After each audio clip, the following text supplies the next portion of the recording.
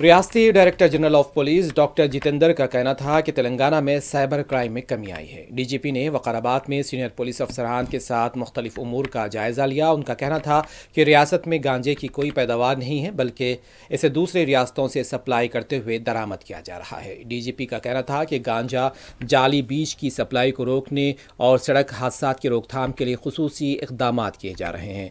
उन्होंने इंकशाफ किया है कि साइबर क्राइम्स के तहत अब तक 100 करोड़ रुपए की रिकवरी की गई है और मुतासरीन को रकम फराहम की गई है।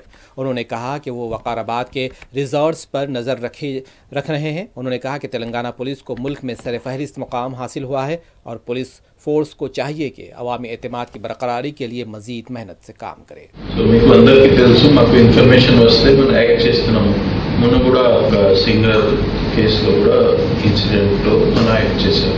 బిఫోర్ సమ్ టైం జన్వాడలో కూడా ఒక సీజర్ చేయడం జరిగింది. తర్వాత మేము గట్టిగా యాక్షన్ తీసుకుంటున్నాము. జీరో టాలరెన్స్ నార్కోటిక్స్ గురించి మీకు అందరికీ తెలుసు.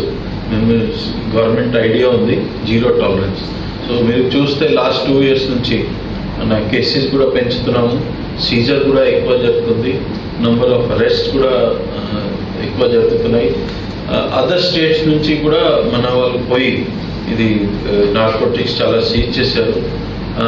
విదేశాల నుంచి వచ్చిన పర్సన్స్ కూడా అరెస్ట్ చేశారు, డిపోర్ట్ కూడా చేశారు. సో మా గవర్నమెంట్ ది పాలసీ ఉంది జీరో టాలరెన్స్ టువర్డ్స్ నార్కోటిక్స్.